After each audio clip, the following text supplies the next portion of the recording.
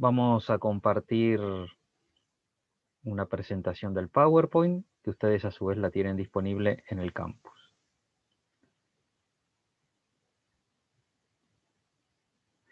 Vamos a hablar un poco, nosotros estuvimos viendo distintos reinos que se configuraron y se encontraron en Europa en el siglo XVII y en el siglo XVIII. Hemos visto cómo se han ido formando, pero tenemos que dedicarnos un momento también a abordar el problema de una nueva forma de característica que tuvieron los estados, que tuvieron los países, los gobiernos y las monarquías a partir de la Edad Moderna, que tiene que ver con la aparición de las monarquías absolutas y la formación del Estado tal cual lo conocemos nosotros. Eso tuvo lugar en la Edad Moderna. Se formó el Estado moderno, el Estado como lo conocemos, solo que se formó con reyes absolutos, o sea, reyes a los cuales no se les podía cuestionar su poder. Hoy en día muchos de estos estados son repúblicas o son estados democráticos, pero sin embargo continuaron con las características que traían del pasado. ¿Qué fue lo que ocurrió en la Edad Moderna y que dio lugar a que se forme el Estado moderno? Por un lado, el poder se fue concentrando en los reyes. En la Edad Media el poder estaba disperso, estaba dividido, estaba repartido, había muchos órganos que tenían poder. En la Edad Moderna ese poder se concentró en los reyes. Los reyes crecieron muchísimo en relación con su poder. Había otros poderes que limitaban al poder del rey durante la Edad Media. En la Edad Moderna se fue imponiendo el rey frente a los otros poderes. Se fueron imponiendo los reyes frente al emperador, frente a la iglesia, frente a los nobles, frente a las ciudades y a las corporaciones y a las asambleas populares, y de esa manera crecieron en poder los reyes y prácticamente nadie les pudo discutir su poder más. Y así se formó la monarquía absoluta. Absoluta porque el monarca, o sea el rey, no estaba sujeto, no dependía de ningún otro poder. De alguna manera podríamos decir que no necesitaba tanto de los otros poderes y por tanto concentraba el poder en sí mismo. Este gráfico, este cuadro, nos puede mostrar cómo se podría graficar la relación de poder en la Edad Media, la monarquía medieval, que como ustedes ven aquí dice era una monarquía limitada, tenía límites. ¿Por qué tenía límites? Como ustedes ven allí en el centro está el rey, ¿no? Pero también pueden ver que el rey, por encima de él, tiene al emperador, el emperador del Sacro Imperio Romano Germánico, que no era solo un rey más, sino que los distintos reyes le reconocían cierta preeminencia respecto de ellos. Y en segundo lugar tenían a la iglesia por encima del rey, sea a través del papa o los obispos o los mismos sacerdotes, que podían denunciar las violaciones que podía realizar el rey, la falta del respeto del rey en relación con la ley de Dios y con las reglas éticas y con la justicia, y el rey corría el riesgo de que sea excomulgado, que sea expulsado de la iglesia. Y si se lo expulsaba de la iglesia, el rey corría el riesgo de que se le levante el resto del reino en contra de él, porque eran reinos cristianos. Entonces, de alguna manera, el rey, para poder gobernar, no tenía que tomar decisiones que el emperador desapruebe, ni decisiones que la iglesia desapruebe. Pero a su vez, como ustedes ven aquí, debajo del rey estaba la nobleza. Si bien estaba debajo, ven que hay una flecha que va y viene del rey y la nobleza. ¿Por qué? Porque el rey necesitaba de los nobles. Entre otras cosas, porque los reyes no tenían grandes ejércitos, tenían algunas pequeñas guardias personales y nada más. Cuando había que ir a la guerra, el rey tenía que convocar a los nobles, y los nobles tendrían que reclutar soldados entre los campesinos y entre los habitantes de las ciudades. Entonces, si el rey tenía una mala relación con la nobleza, si la nobleza desaprobaba al rey, en cualquier momento la nobleza se podía alzar contra el rey, y en algunos casos lo podían llegar hasta reemplazar, o incluso hasta asesinar, la nobleza al rey.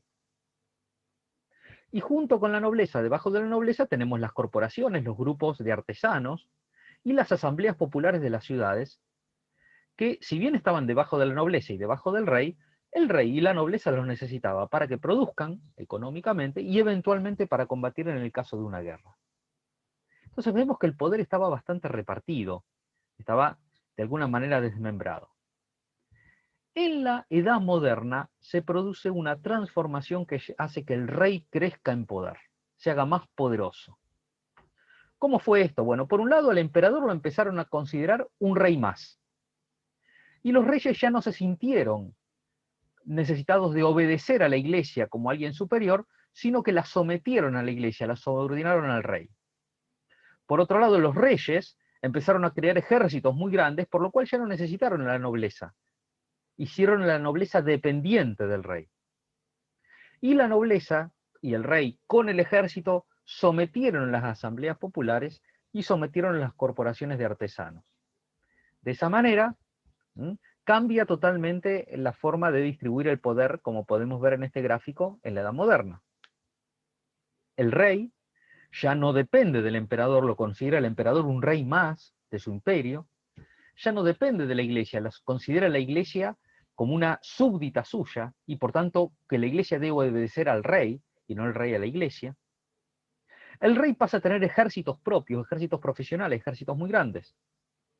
Con esos ejércitos sometía a los nobles, que pasaron a ser nada más que asesores del rey o funcionarios del rey, que a su vez podían someter a la población de las ciudades y a las corporaciones. Y así se forma la monarquía absoluta. Un rey que no depende de otro poder, que concentra el poder y que no es relativo, no es dependiente. Podemos ver esta transformación del poder real al examinar cómo vivían, cómo eran los edificios donde vivían los reyes y los nobles. Si nosotros vemos, este es un castillo de Sussex, en Inglaterra, al sur de Inglaterra, es el típico castillo medieval. Como vemos, esta casa de un noble es una fortaleza, más que una casa. Es algo para defenderse. ¿Por qué? Porque el rey y los señores se tenían que defender frente a cualquier riesgo de algún ataque, porque no tenían grandes ejércitos primero, y en segundo lugar corrían riesgos de que otro señor, otro noble o asambleas populares los asalten y los destruyan. Esto muestra cómo, si bien tenían poder, el poder era relativo, era reducido, y por eso se tenían que defender y se tenían que proteger de esta manera, con torres de vigilancia, con muros dentados como con dientes para que los arqueros pudieran disparar por allí, con fosas alrededor del castillo, paredes anchísimas de 1 metro y medio de ancho. Esta era la típica edificación de un gobernante de la Edad Media.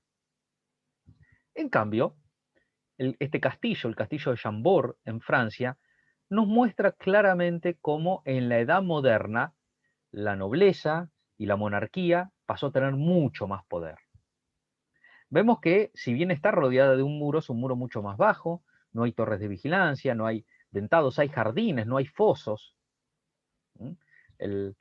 Esto muestra cómo está más afianzada la monarquía y el poder del rey y de los nobles. Ya no tienen miedo de que vengan otros y los ataquen con tanta facilidad como antes, pero bueno, por las dudas, por ahora sí tienen algún muro, alguna pared, como para poder tener una mínima defensa. Este es un típico palacio moderno. Este es un palacio de Schönbrunn, del emperador del Imperio Austríaco, en Viena, siglo XVIII.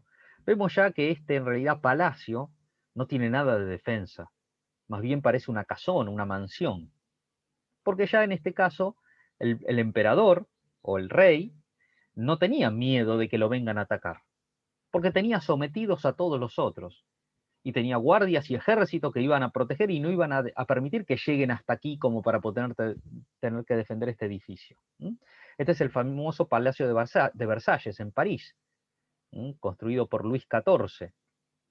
Y vemos las mismas características, no tiene casi defensas, porque no hacía falta defenderse porque ya estaba seguro y tranquilo. Por supuesto tenía unas rejas alrededor, pero rejas que hubieran sido fácilmente, como de hecho lo fueron en la Revolución Francesa, asaltados. Con esta modificación de las edificaciones nos podemos dar cuenta cómo se fue concentrando el poder del rey.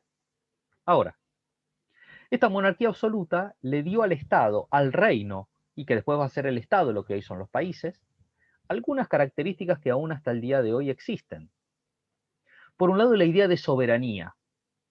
La palabra soberanía es una palabra que nosotros hemos utilizamos mucho en nuestro vocabulario, y que implica la característica que tiene un poder cuando es independiente en lo externo, es decir, no está sometido a nadie por fuera de ese poder, y supremo en lo interno, supremacía, es el superior, no tiene a nadie encima, no tiene a nadie del cual depende. Esta es una característica que tienen los estados desde este momento de las monarquías absolutas aún al día de hoy.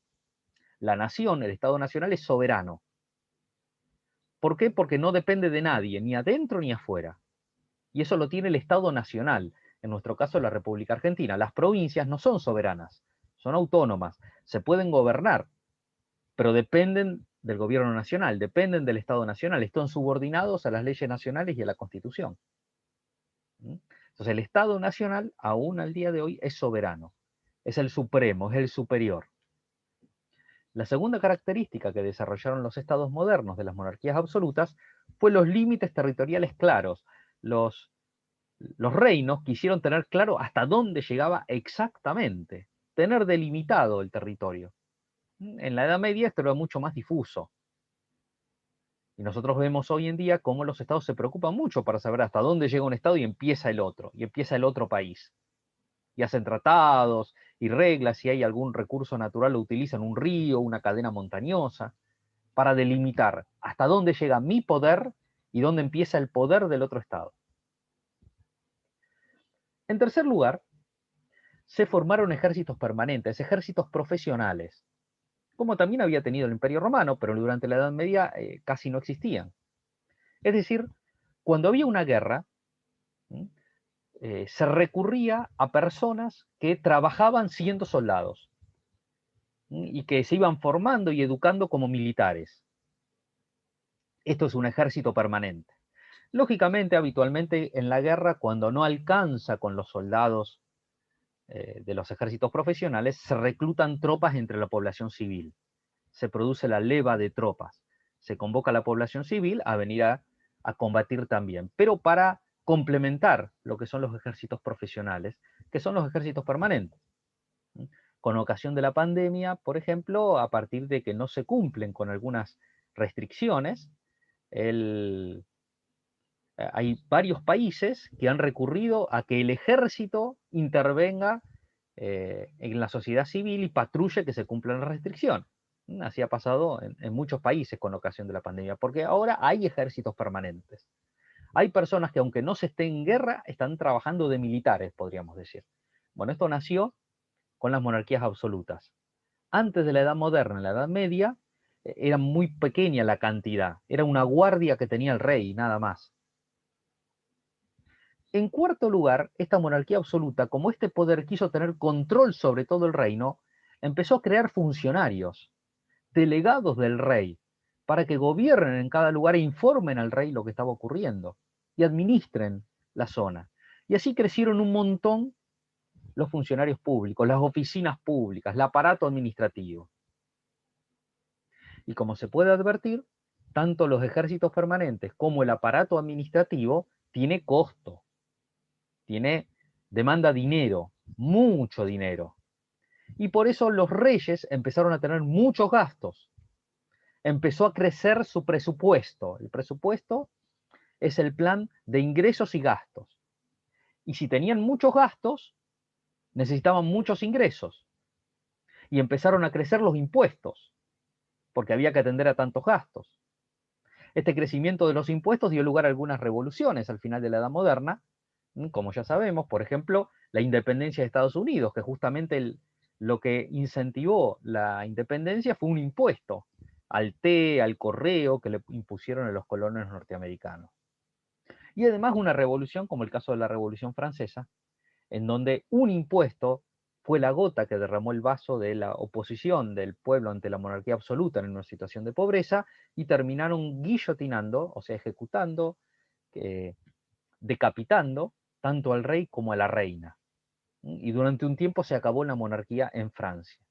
Todo esto por los presupuestos elevados que demandaban mucho gasto y por tanto hubo que o elevar impuestos o pedir créditos. Empezaron a endeudar los reinos, los reyes, porque necesitaban mucho dinero para sostener los ejércitos, para las guerras y el aparato administrativo para para poder controlar todo el reino. Y así crecieron muchísimo los gastos y de esa manera se hizo necesario, si no era a través de impuestos, a través de créditos. Y empezaron a hacerse dependientes los reyes de los que les prestaban dinero, el origen del sistema financiero, del sistema bancario. Ahora, en la Edad Moderna, a fines de la Edad Moderna, se dio un tipo particular de forma de gobierno conocida como despotismo ilustrado. Despotismo menciona una forma de gobierno donde el rey o el emperador no depende de nadie. O sea, la monarquía absoluta, el absolutismo. Se le dice déspota a un gobernante que no atiende a razones, que no quiere ser controlado, que lo que él decide es lo que se hace y nada más. Ahora, este despotismo que hubo a fines de la Edad Moderna se asoció con un elemento del iluminismo, con la idea de la ilustración. Los reyes, déspotas, querían ser educados y querían tener reinos educados, civilizados, modernos. Y entonces, por ejemplo, traían a sus reinos de otros reinos y de otros lugares, científicos, artistas, invertían un montón de dinero en palacios, en obras de arte, en escuelas. De esta época data Federico de Prusia, que fue el que impuso la escuela primaria obligatoria para que la gente se eduque, para tener un reino educado. Por otro lado, había como una admiración por Francia, donde se había desarrollado más el iluminismo, y entonces el idioma francés era considerado el idioma culto, tanto que Federico de Prusia, en la corte, es decir, donde él gobernaba, solo se podía hablar francés. Se trataron de dejar de atrás algunas formas crueles o primitivas, por ejemplo, la tortura en los juicios. Era común desde la antigüedad que a veces en el juicio se torturaba a un testigo si se pensaba que estaba mintiendo para que diga la verdad. O aún al mismo acusado, si se pensaba que estaba mintiendo, se lo torturaba para que confiese. Bueno, Federico II de Prusia dijo, no más tortura, no se puede usar la tortura. Otro representante de este despotismo ilustrado fue María Teresa de Austria, la emperatriz, que también hizo crecer la educación y la cultura en el Imperio Austríaco, o Pedro el Grande de Rusia, Pedro I de Rusia, que vio que en su entender algunas costumbres rusas eran muy poco educadas, como por ejemplo comer con la mano y sin cubiertos, escupir en el piso, llevar una barba grande, digamos, y entonces él hasta le colocó un impuesto al que quisiera llevar una barba grande. Si no, había que llevarla más o menos afeitadita, cortita, como era el estilo de Occidente. Este conjunto de autores y pensadores conforman lo que se conoce como el despotismo ilustrado, estos reyes, estos monarcas, que inspirados en el iluminismo y en la ilustración, llevaban adelante un gobierno despótico, pero con la idea de tener reinos o imperios más o menos educados. De esta manera podemos identificar como características de este despotismo ilustrado la arbitrariedad y el autoritarismo. Arbitrariedad quiere decir que el que toma las decisiones es como un árbitro, toma las decisiones como quiere. Y autoritarismo quiere decir que puede abusar de la autoridad. Al mismo tiempo, en estos reinos en donde estuvo vigente el despotismo ilustrado, hubo un gran crecimiento de la educación y de la cultura, fruto de los científicos, del arte y de las escuelas que crearon los monarcas, y además empezaron a crecer cada vez más las prácticas contrarias a la religión, porque los monarcas, los reyes absolutos, empezaron a someter a la iglesia, a tomar decisiones que no eran las propias de la iglesia, y eso empezó a traer descontento entre el pueblo sencillo, que era un pueblo muy religioso. Si bien muchos de estos otros déspotas ilustrados, otros monarcas, eran católicos, eran religiosos profundos, había algunos de ellos que no, o que querían someter a la iglesia y por tanto imponerle algunas prácticas que no eran las propias de la iglesia.